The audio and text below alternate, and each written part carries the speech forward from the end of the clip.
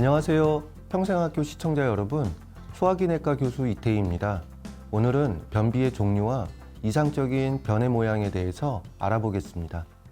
원인을 알 수 없는 변비를 원발성 변비, 1차성 변비라고 합니다. 1차성 변비에는 대장 운동이 감소하고 대장 통과 시간이 느린 서행성 변비와 배변 시도 시에 항문 괄약근이 이완이 잘 안 되거나 오히려 수축해서 항문이 잘 열리지 않는 배변 장애형 변비가 있습니다.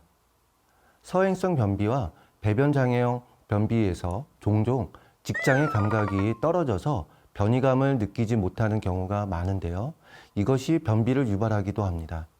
또 대장 통과 시간은 정상인 정상 통과형 변비도 있습니다. 정상 통과형 변비에서 항문 괄약근 기능이 나쁜 배변 장애형 변비를 동반하는 경우도 흔합니다. 55세 여성분입니다. 배변 욕구, 즉 변이감을 못 느낀다고 오신 분입니다. 일주일이 지나도 대변을 잘 못 보고 화장실에 못 가니까 아랫배가 늘 묵직하게 불편하고 대변이 단단하고 양도 매우 적었다고 합니다. 환자는 소금물도 마시고 차도 마시고 약국에서 변비약을 사서 간헐적으로 복용했다고 하셨습니다. 대장 통과 시간 검사에서 대장 통과 시간이 72시간으로 매우 느렸습니다. 이분의 경우에는 대장 운동이 매우 느려서 대장 통과 시간이 매우 느리게 나왔던 변비였고요. 이런 변비를 서행성 변비라고 합니다. 서행성 변비는 생활 습관을 개선하고 필요한 경우는 변비약으로 치료합니다. 일부 환자에서는 장기간 변비약으로 치료해야 하는 경우도 있습니다. 변비약을 복용하더라도 식단을 잘 개선하고 운동을 열심히 하시면 필요한 변비약을 25% 정도 줄일 수 있습니다. 64세 남자로 변 볼 때 항문이 막힌 것 같다고 해서 오신 분입니다. 3년 전부터 대변이 단단하고 배변 중에도 힘도 많이 줘야 했었고 최근에는 항문이 막혀 대변이 배출이 안 되는 증상이 심해지면서 항문통이 생겨서 병원을 방문하였습니다. 손가락을 환자의 항문에 넣고 환자에게 배변 보듯이 힘을 줘보라고 하면 정상적으로 항문 괄약근과 치골직장근은 이완이 돼서 항문이 열리는 소견을 보입니다. 그러나 이 환자의 경우에는 배변 보듯이 힘을 주면 항문 괄약근과 치골직장근은 수축이 돼서 항문이 오히려 닫히는 소견이 나타났습니다.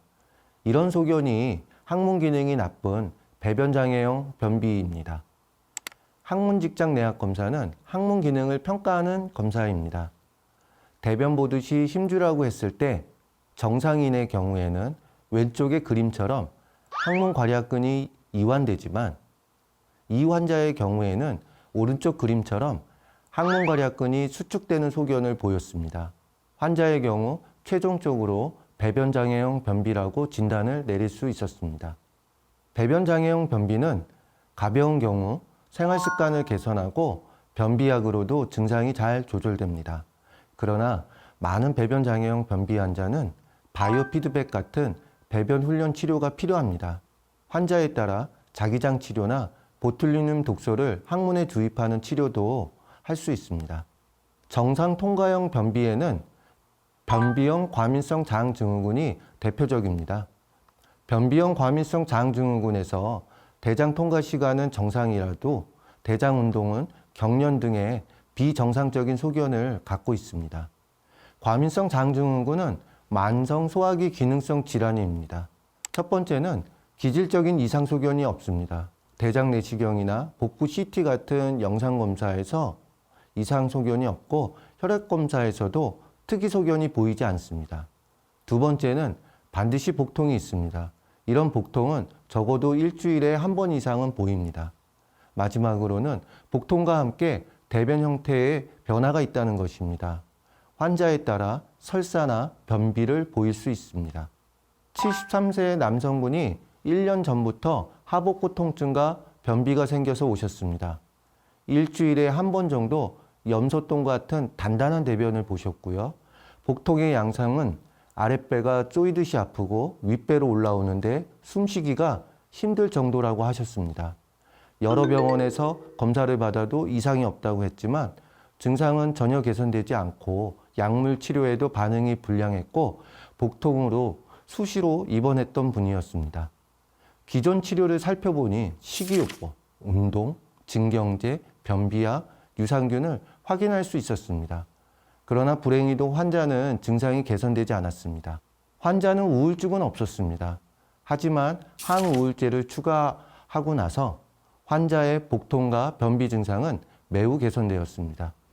과민성 장증후군 환자에서 항우울제를 처방하는 이유는 다음과 같습니다.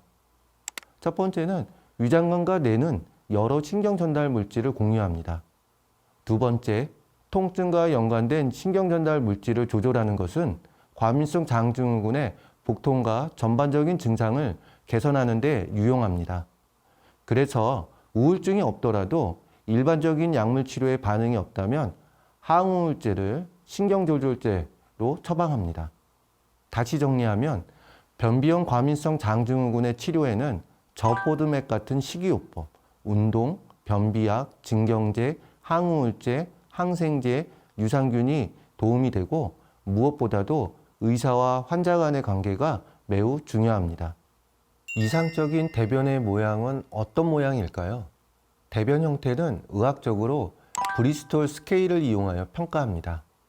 브리스톨 스케일은 7가지 형태로 구분합니다.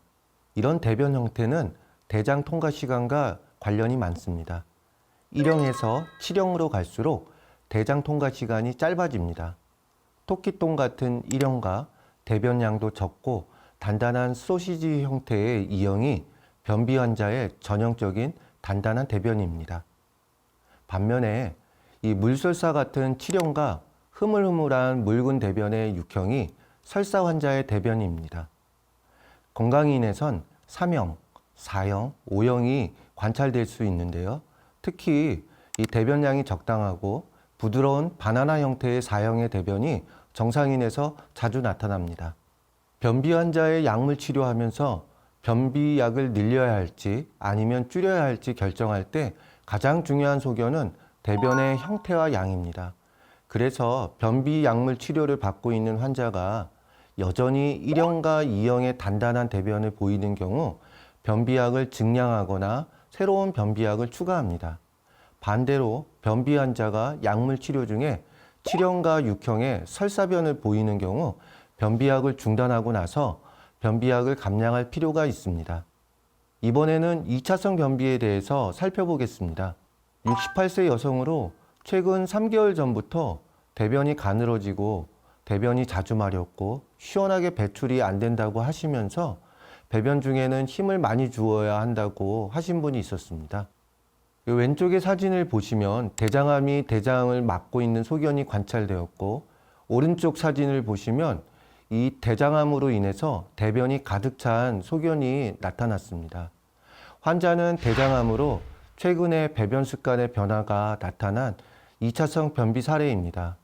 40세 이상의 성인에서 최근에 갑자기 생긴 배변 습관에 변화가 있다면 반드시 대장암이 있는지 확인하셔야 합니다.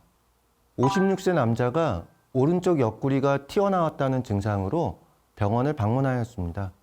최근에 대상포진을 앓고 나서 변비가 발생하였습니다. 대상포진이 오른쪽 옆구리 뒤쪽으로 관찰되었고 오른쪽은 왼쪽에 비해서 옆구리가 불룩 튀어나왔습니다. 복부 CT에서도 오른쪽의 옆구리 돌출이 확실하게 보였고 오른쪽 대장도 늘어난 상태였습니다.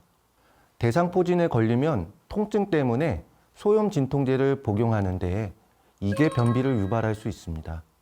드물게는 내장 자율신경계에 문제가 생겨 장 운동이 저하되고 이 환자처럼 변비가 더 심해질 수 있습니다. 오늘은 원발성 변비에는 서행성 변비, 배변장애형 변비, 변비형 과민성 장증후군이 있다는 것을 알아보았습니다.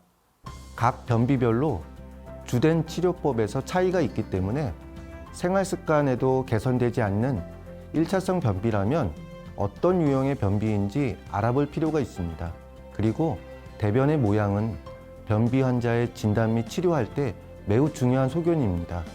변비 환자라면 평소 대변 형태에 관심을 가지는 것이 좋겠습니다.